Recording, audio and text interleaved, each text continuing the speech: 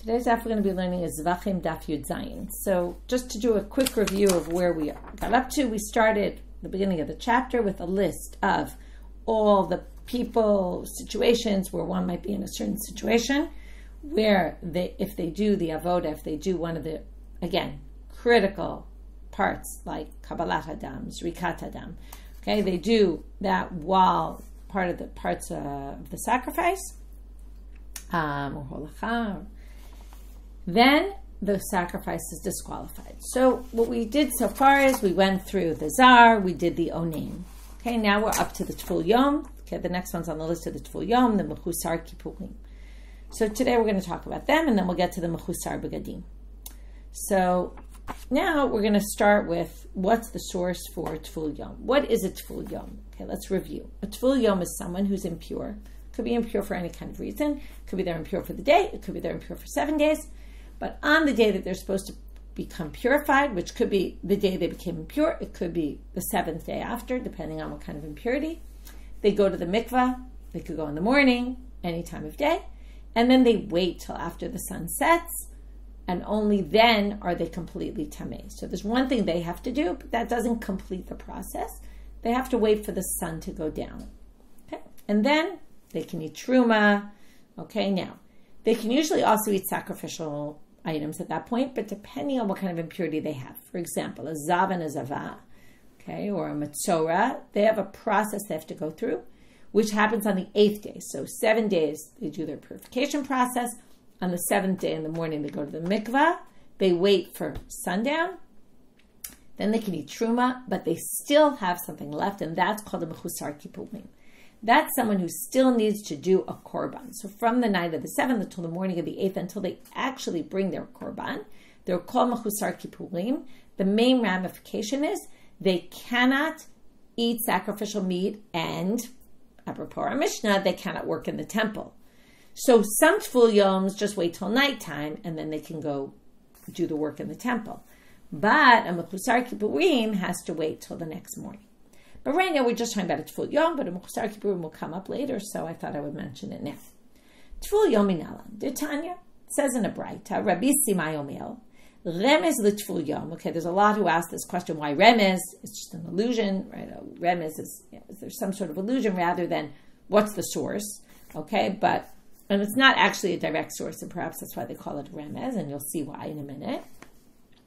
But he asks, remez l'tvul yom she'im avad chilel minayin. How do you know that a tvul yom, if he did the avoda, that it is disqualified? Because again, it could be he can't do it, but it doesn't necessarily mean it's disqualified. But again, the tvul yom is listed in the Mishna. What's our source? So here we have they ask the same question in a brayta. What's the source for this? Talmud lomar, kidoshim yihiyu v'lo yechalelu. Okay, what is this pasuk? So this pasuk is in Sefer Vayikra. When the kohenim are commanded, there's a section in Parshat Emor, chapter 21 of Vayikra, where it says, tell the kohenim they can't become tameh to anybody they want. These are the only people they can become impure to. And then it says, pasuk hey, lo yikruchu korcha b'rosham u'pe'atz kanam lo yigalechu b'saram lo yisratu sarate. Okay, these are certain things. Some have to do with mourning practices. Don't mourn the way, others mourn by tearing clothes, things like that. Other things. And don't shave your peot, which also is a commandment to everyone, but this is a specific commandment to the kohanim. Okay. Without getting into all the gritty details of that pasuk. Okay, but there's certain things the kohanim are not allowed to do. Then it says, Kedoshim yihiyu le'Eloheim. You will be sanctified to your God. V'lo yechalelu shem Eloheim, and you will not desecrate the name of your God. Ki et ishe Hashem lechem Eloheim he makrivim vayu kodesh. Because they're doing the holy work of bringing the sacrifices to God. Okay, so what is this? Kedoshim yihiyu lo yechalelu. How are they going to desecrate? To which the brayta says, Rabbi Simai says, Im eino inyan l'tamei. Now, the obvious would be, well, listen, you have to be sanctified. We talked earlier in the chapter, right? In other words, the first part of the psukim talked about the kohen not becoming impure to a dead body. And basically, this refers back to that saying. And if you become impure to a dead body and do the work in the temple, you're going to disqualify the work. But It can't be that. Why did nafich lemi v'yinazru? We already have that pasuk. Remember, it said v'yinazru mikodesh b'nei Yisrael v'lo yechalalu et shem kodeshi. Don't desecrate my name. And the next pasuk was, if you work in the temple and you're impure, then you get karet. And basically, the assumption is, right, the simple reading of v'yinazru, we took it to actually teach about Azar.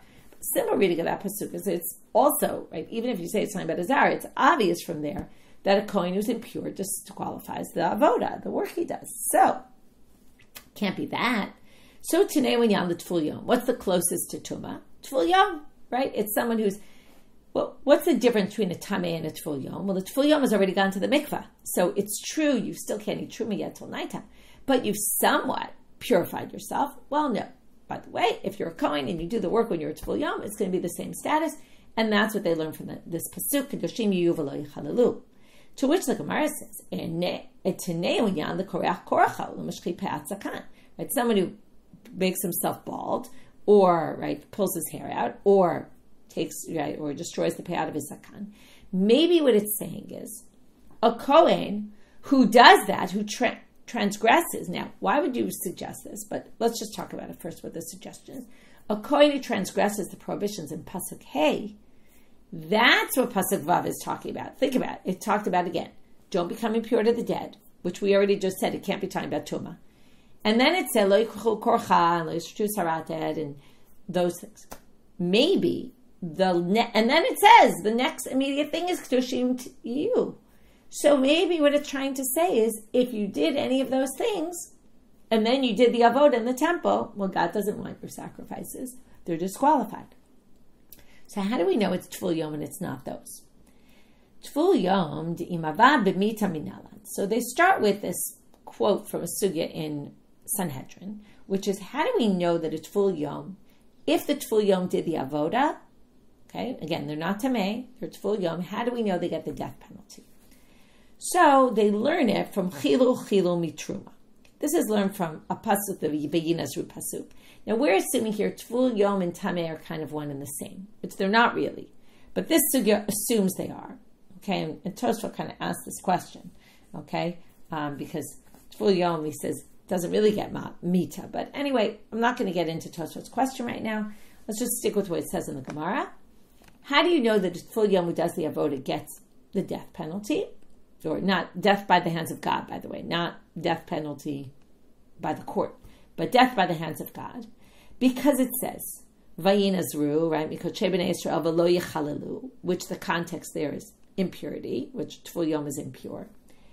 And by Truma it says, Umetu bo ki yichalaluhu. By Truma, what by Truma?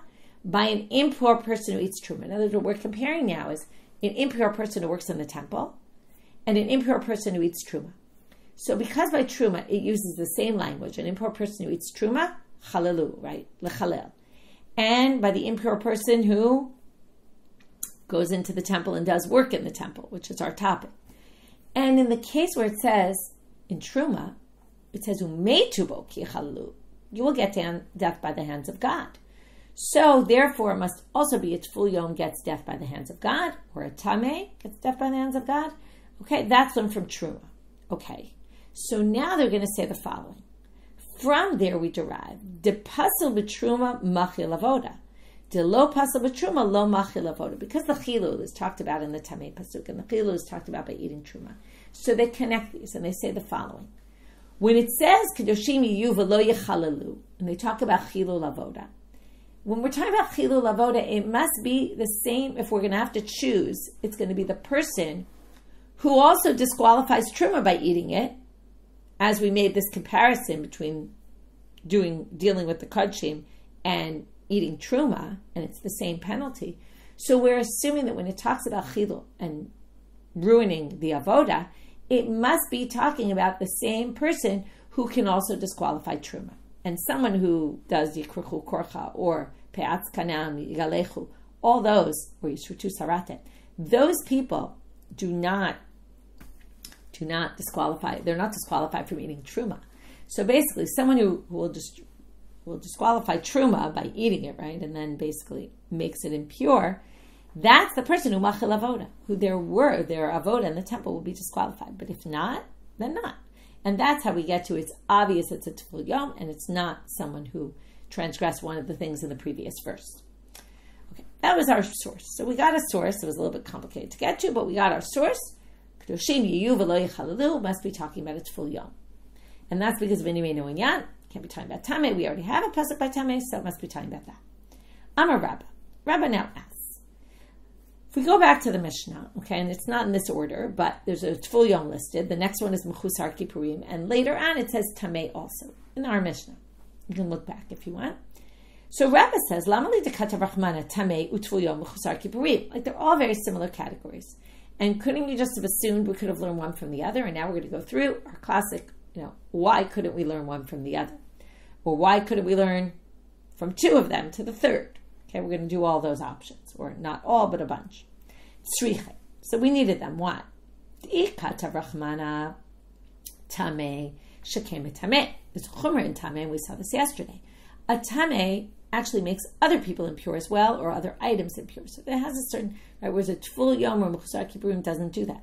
So you couldn't have learned tvul yom or mechusar kippurim from a tameh, because a tameh person is much worse, right? And again, then you'd say, oh, that's why their work is disqualified, but doesn't necessarily mean the others is. So therefore, b'tvul yom, what if you had tvul yom? Mechusar kippurim lo atimine. So you couldn't learn mechusar kippurim from there. Why not? Shekem pasul b'truma. Because, and this is why I set up all the differences between tvul yom and mechusar kippurim before, because a mechusar kippurim can eat truma. Because again, you can eat truma already the night of the 8th.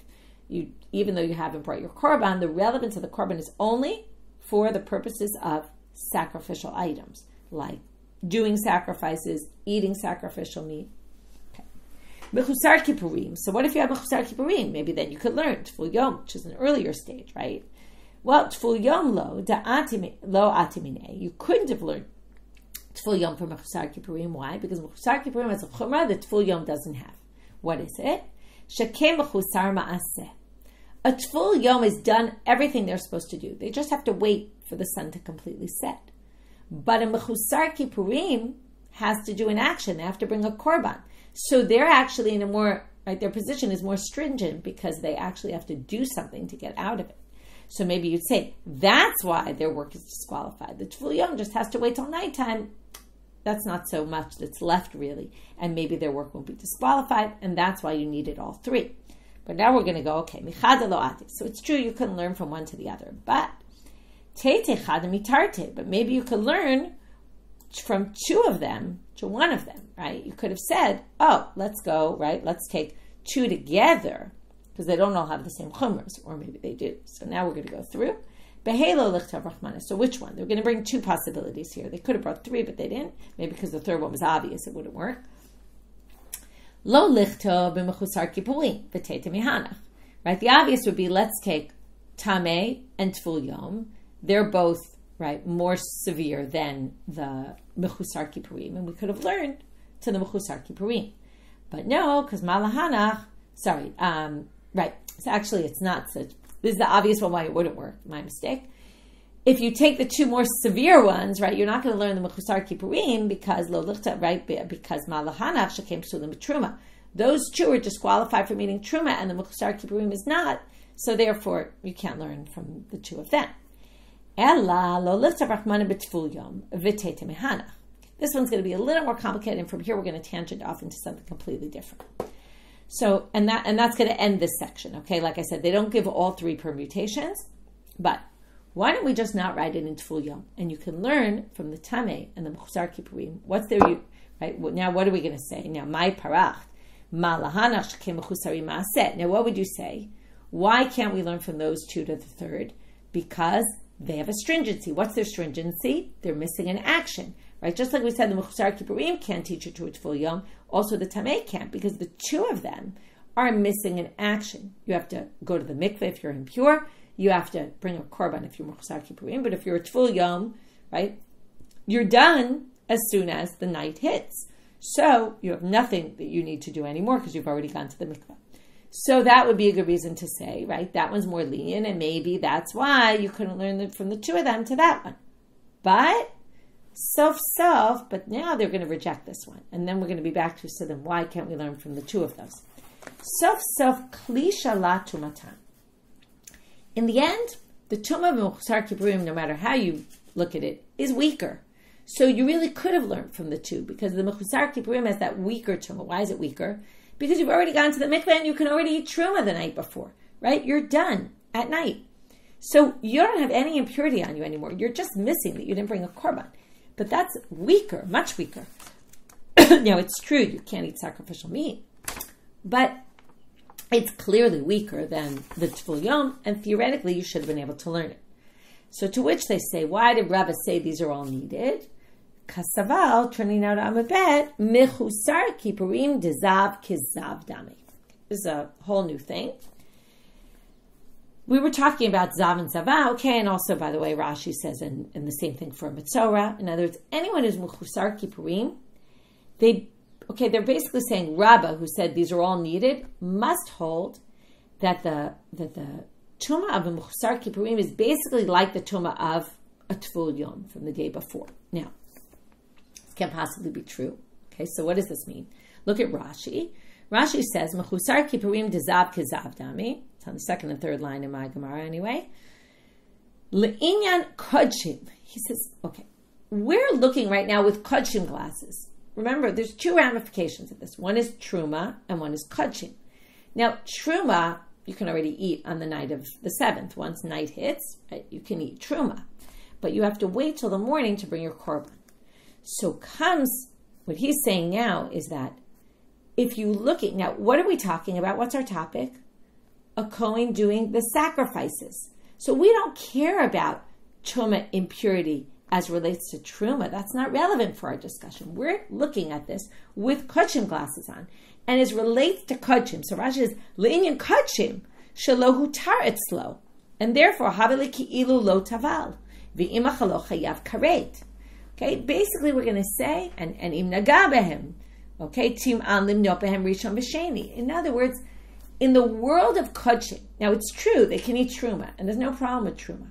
And they're not going to disqualify truma. But if they touch kodshim, they're going to make it impure. If they, in other words, even though they've gone to the mikveh, it's like a unique, a big chidush. You go to the mikveh on day 7. You wait till the night time. You can now eat truma. But if you dare to touch sacrificial items, or work in the temple, right, or any of these things, your truma, you're like a tameh person, legamri, completely. Okay? That's what we're saying. And because of that, you don't say it's any weaker. It's weaker as relates to truma, but that's not our topic. We're talking about working in the temple. So you couldn't have learned from mechusar kippurim and tameh to tvul yom, because really a mechusar kippurim is the same status as a tvul yom, and in addition needs to do an action to get out of his status. So basically, and so does a tameh, and that's why we can't learn from the 2 to the 3rd. So that could kind of end our discussion. But they're going to get off on a tangent from here. So that was our can't learn from 2 to the 3rd. Okay, the one they're missing, let's just go through. The one they're missing is tameh, is tvul yom and mechusar kippurim. You couldn't have learned to tameh. Okay, I don't know why they didn't bring that one up. It's a good question. Okay, you can think about it. Because theoretically those 2 are lighter than the tameh. But let's see, what was our chumrah? Right. They actually didn't talk about a chumrah that they have over the others, so I don't know why they didn't go there. Okay.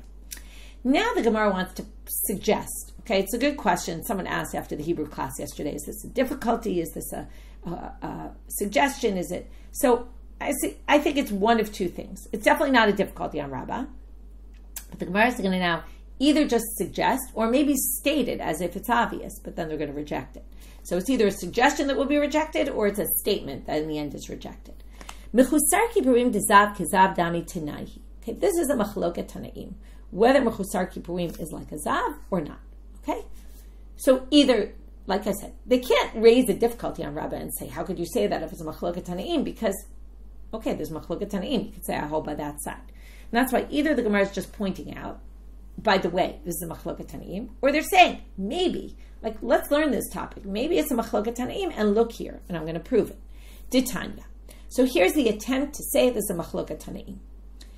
Sarfa onein. Okay, what's our topic? A para aduma. The para aduma, we already learned, it's not kodesh mizbeach, right? It doesn't have the sanctity of the altar, but it does have kodesh bet kabayit. That means anything that's not sanctified like the altar it basically goes into the category of bedek habayit. Usually, and someone asked this last time, so I'm going to clarify it.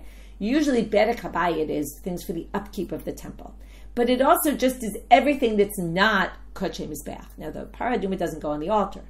So it's kind of like in a weird category, because it is a little bit more sanctified than other things. On the other hand, it's not kodesh mizbeach.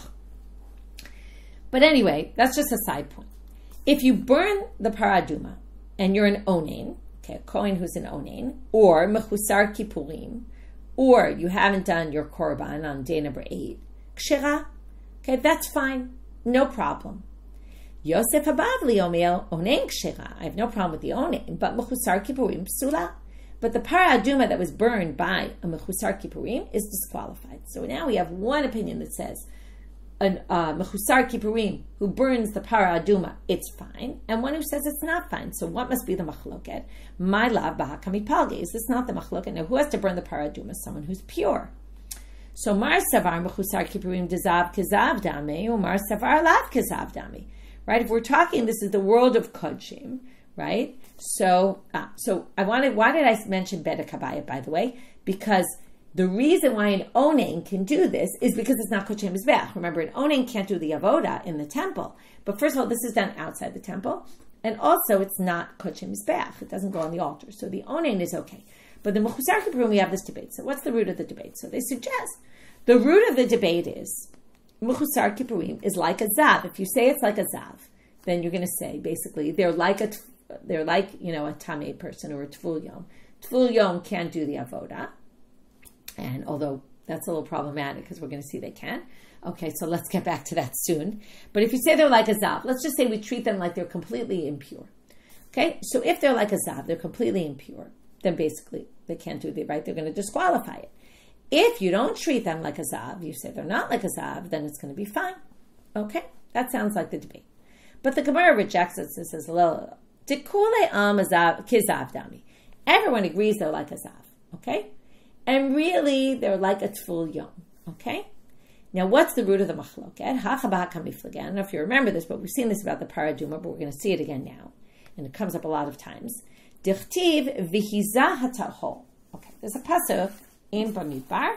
Okay, we're in Bamidbar chapter 19. Okay, I'll read you the pasuk before. Verse 18. V'lakach ezov v'taval b'mayim ish tahor. Okay, this is the process. They're going to take an ezov, then they're going to put it in the water.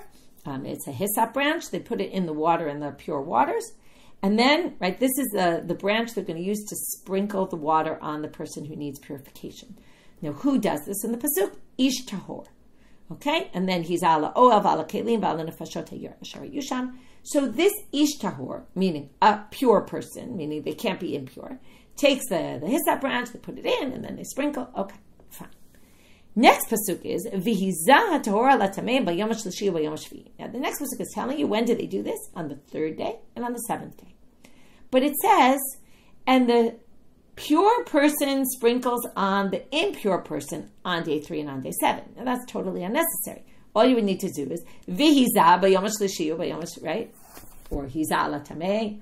But why does it say hizah tahor? We know he's tahor. We already learned he was tahor. So this is a huge debate between the Prushim and the Tzdukim. Remember this, you'll remember it, because it's kind of one of these big debates they have. If not, you'll remember it now.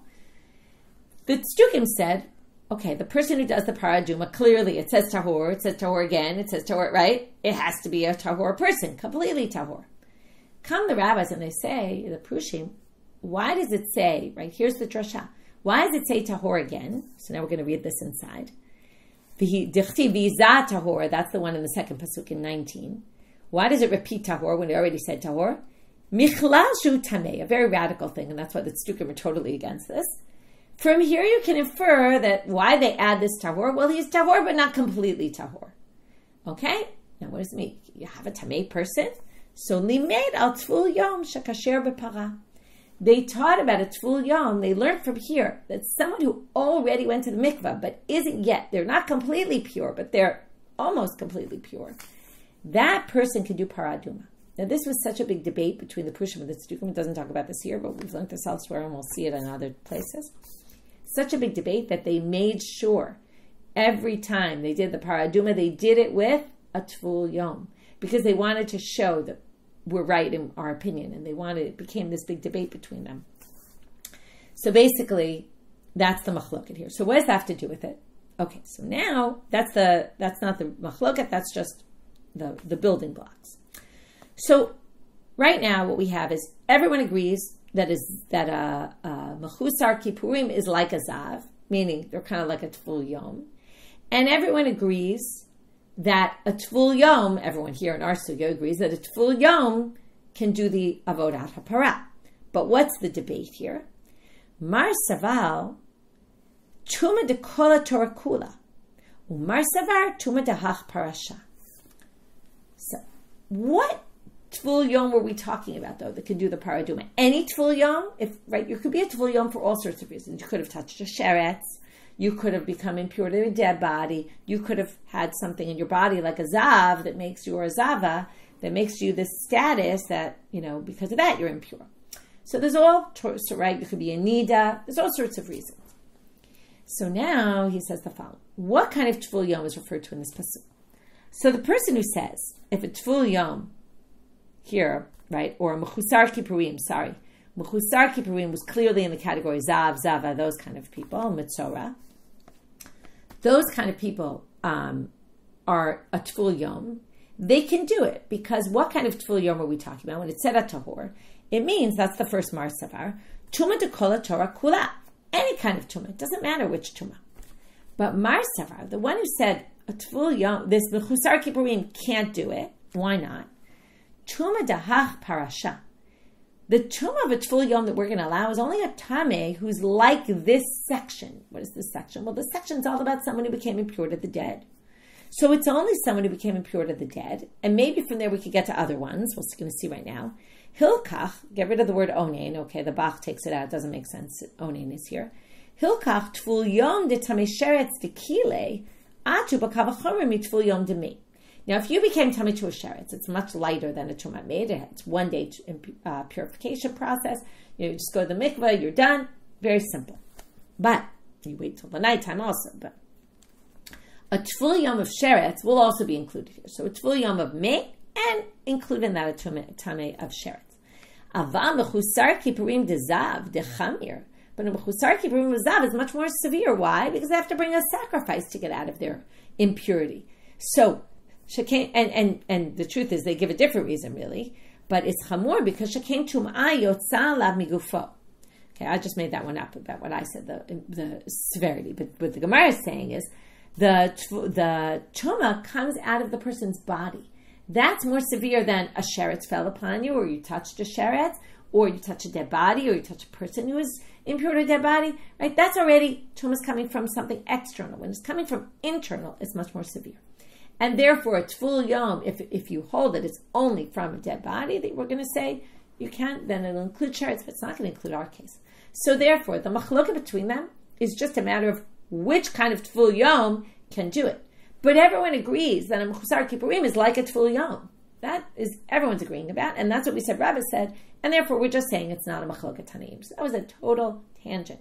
Just to say, is this a Tanaitic debate, whether it's like a zav or not? And in fact, they say no. Everyone agrees, again, just to be clear, a mechusar kippurim is like a zav as relates to sacrificial items, not as relates to truma. It's obviously not a zav when it comes to truma, because a mechusar kippurim can eat truma. But it is like a zav, it's like the tvul yom of a zav, as relates to kodshim, and that's why it's more, right, that's why it has this level of severity that we basically say you couldn't have learned there to a tvul yom. Okay. Because again, it needs a maaseh in addition to being, right? In addition, we thought, well, okay, it needs an action. On the other hand, it's just weaker tumah, but it's not weaker tumah as relates to sacrificial items. Okay, now moving on to our last section, which we're only going to get started today. Very appropriate for Yom Kippur. And there was some content up on the site. Alana's Stein Hainshir was related to Yom Kippur, as was Gefet, because of the big day kahuna that come up in these sugyot. Mechusar begadim minalan. So how do you know if a kohen, or on the next topic of the Mishna, is not with all the clothes they're supposed to be wearing, the priestly garments, and they do the avoda without the priestly garments? How do you know that that's going to disqualify the korban, right? That's how important these priestly garments are. In tomorrow's daf, very nicely, we'll get to the Yom Kippur daf, to the Kohen Gadol and Yom Kippur. What if he wears the other clothes or some? Okay, so not just on Yom Kippur, really, just in general, the Kohen Gadol's clothes. Right, it plays a very central role. In fact, he has unique clothes for Yom Kippur also. Right, there's big day lavandi he wears, and there's he doesn't wear his regular clothes on Yom Kippur. He changes his clothes a bunch of times. He wears sometimes regular clothes. When he goes into Kodesh Kodeshim, he doesn't wear the usual clothes. Anyway, that's a whole other topic, not for today. But mechusar b'gadim minal. Am Rabbi Abahu Amar Rabbi Yochanan. Umatu b'mishmei de Rabbi Elazar Rabbi Shimon. Okay, either it's brought by different people. De Amar Kra. Okay, this was said by Rabbi Abahu in the name of Rabbi Yochanan, and also people bringing the name of Rabbi Elazar Rabbi Shimon. The pasuk says, "V'chagarta otam avnei Aharon ubanav v'chavashta lahem migbaot." Right, so the clothes the kohen gadol, the regular kohen was supposed to wear. V'aitan lahem kehuna lechukat olam, and the kehuna should be for them a rule for the long, forever. So what do they learn from here? Why juxtapose in the same pasuk? They will have the kehuna to wear the clothes. Very simply, bisman shebigdehem alehem kunatam alehem. Ein bigdehem alehem, ein kunatam alehem. When their clothes are on them, the kuna is on them. When they're not wearing the clothes, they're not kohanim. So basically, this takes us back to, they're like a zar, basically. So now, they're basically like a non-kohen doing the avoda when they go in without their clothes on. It shows how important what you're wearing is. So, they're not kohanim, and then there is zar. And what did we learn already? First sugya of this section, right, from back when we started the Mishna, a zar who does avoda, their avoda is disqualified. So that's the pasuk. Now, I just want to remind you, when we did the zar and we did the onen, we brought a pasuk, and then we brought 2 kavachomers, and then we brought 2 psukim and 2 kavachomers for the onen. In this section, it's a bit of a different structure. They're going to bring a pasuk, and then they're going to say, wait, we don't learn it from there, we learn it from there. And they're going to say, wait, we don't learn it from there, we learn it from there. Ultimately, we're going to get to 4 different psukim, and then the Gemara is going to get into this all for the next stuff, why we need all these psukim. Okay, so we're just going to start with the first question, and we're not even going to finish the question right now. What, you learn it from there? We learn it from here. No, it's not learned from that pasuk. It's learned from a different pasuk. What's the pasuk? Well, we're not going to see just yet, but we're going to start the Braita. Okay, the Braita starts off with a different topic. A kohen who's drunk, she'im avad chilel, if he does the avoda, it will be disqualified. Talmud lamal, yain v'shechar al tesht, and then it says, ulavdil ben hakodesh uben hachol. So it says, don't drink wine, and then it says, and you have to separate between kodesh and chol. That means if you come in drunk, then you've basically done chol, and chol is also from the language of chilul, of disqualification. So that's how you learn. The kohen who does the avoda when he's drunk will disqualify the avoda. Mechusar b'gadim v'shalo rachutz yadayim v'raglayim minayin. How do you know, though, if you're missing the clothes, or if you didn't wash your hands and feet? From where do you get that? And end of daf, so you'll have to wait till the next daf to get it. Luckily, it'll be up not so long after this year, so you'll be able to learn it. So what we did today, very simply, we started with the source for tvul yom. We had the source from this pasuk kedushim yuv v'lo yichalalu. We had to prove it from an imeno inyan because it wasn't so clear, right? There was no tvul yom mentioned in those pasukim, but we connected it to 2 pasukim before about the tameh, and they said, oh, it can't be tameh, so it must be tvul yom. And then they said, how do you know it's not connected to the pasuk before the leikruchu korcha and sarated and peatz kanam and all that? How do you know? And then they proved it from this gzera shava they had to truma, and whatever's possible truma is machal avoda also. Then we said, why do you? Rabbi came and said, why do we need tameh, tvul yom, mechusar kippurim? And then he said why we can't learn one from the other, and why we can't learn 2 to the third. And then we ended right on a tangent there with this whole thing about the mechusar kippurim's dizav, kizav dami, because we were stuck. You really maybe could have learned the third from 2, right? The tvul yom from tameh and mechusar kippurim. And then we said, oh, but that's weaker. And then we said, no. It's not weaker, actually. It's really the same level, and that's why you can't learn them, because it really is like a zav. And then we said, is that a machloket tanaim? And then we said, no, it's not. And then we finished up with starting our first source we got to, and in the middle of the second, but we haven't seen it yet, where we get from mechusar kippurim, and we're really in the middle of a question, because how could you learn it from the first pasuk if we have this other pasuk to teach it? With that, we finish for today. Wishing everyone a gemar chatima tova and an easy fast, and may this bring us besarot tovot, and may we all have a healthy and a peaceful year ahead of us. That's it. And today's daf was short, and also tomorrow's daf is short, so that'll give you some time to catch up before Yom Kippur.